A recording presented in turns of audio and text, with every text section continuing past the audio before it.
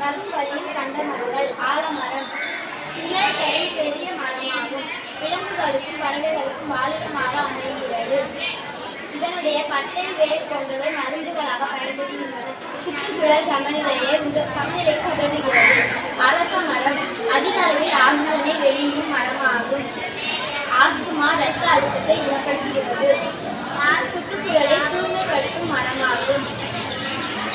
வேம்பு கிருமி நாசினி மற்றும் இயற்கை மருந்துகளாக பயன்படுகிறது. தோல் நோய் மற்றும் இருமல் காய்ச்சல் இரத்த சுத்திகரிப்பில் பயன்படுகிறது. வேப்ப எண்ணெய் மற்றும் பூச்சி மருந்துகள் தயாரிக்க பயன்படுகிறது மற்றும் பெரிய நிழல் தரும் மரமாகும். தேக்கு மரம் பயன்பாடுகள் கடினமான நீடித்த மரங்களாகும். கதவுகள் கட்டிடம் கட்டுவதற்கும் கப்பல் தயாரிப்பிற்கும் பயன்படுகிறது. விலை உயர்ந்த பதிப்பாகும்.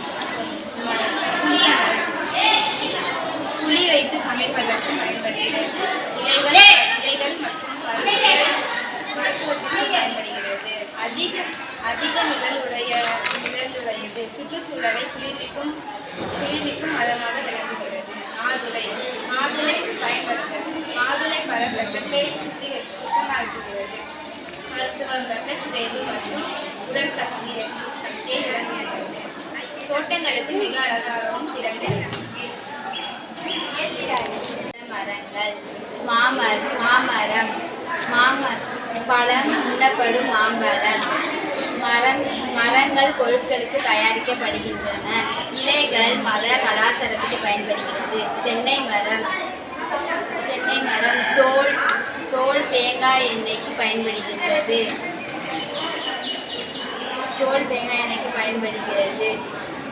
கட்டிடங்கள் பாய் தயாரிக்க பயன்படுகிறது. மருத்துவ இலைகளுக்கு பொருட்களாக பயன்படுகிறது. வாழை பழம் காய்கறிக்கு பயன்படுகிறது. வாழை இலை உணவாக பரிமாற பயன்படுகிறது. கோப்பை நார் சுற்றுச்சூழல் நண்பன் பொருட்கள். மகாகவி பாரதியார் ஒரு சுதந்திர போராட்டக்காரர். பாரதியார் டிசம்பர் 11, 1867 இருந்தார். பாரதியார் ஒரு தமிழ் கவிஞர். பாரதியார் தூத்துக்குடி மாவட்டத்தில் இருந்தார். பாரதியார் பல கவிதைகளை எழுதினார். அதன் தந்தையின் பேர் சின்னச்சாமியார், தாயின் பேர் லட்சுமி ஆவார். பாரதியார் பல கவிதைகளை எழுதினார். கண்ணன் பாட்டுக்கும் தோட்டத்தில் காவியம் எழுதினார். பாரதியார் டிசம்பர் 11 மறைந்தார்.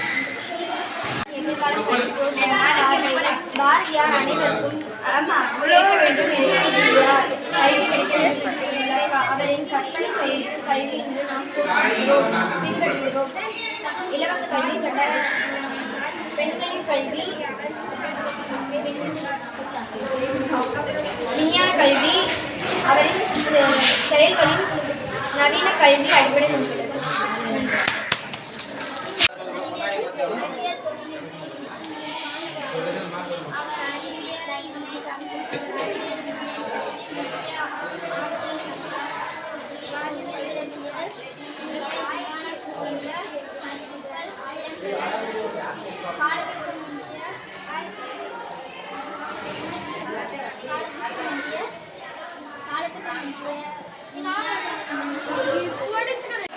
பாரதியார் வாழ்ந்த நாட்கள் 1802ஆம் ஆண்டு முதல் 1921ஆம் ஆண்டு வரை வாழ்ந்திருந்தார்.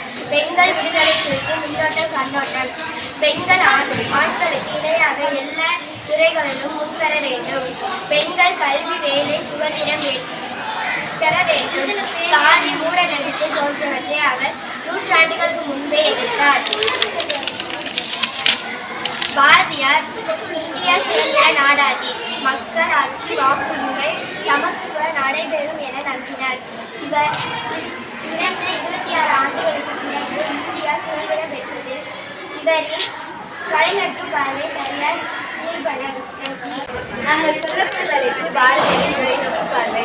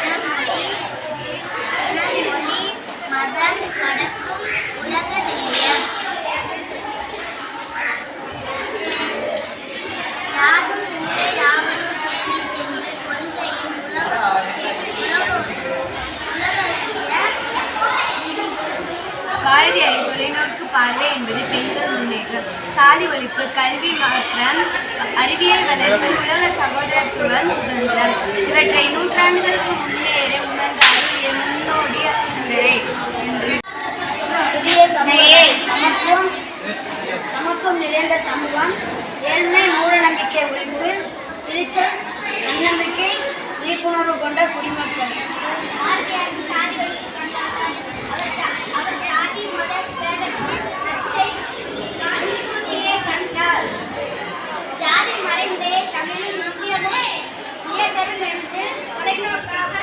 எச்சரித்தார்.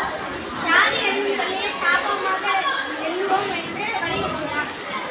ஜாதிக்கு கண்ணோட்டம், மனித சமத்துவம், ஜாதி மதம் வேறுபாட்டை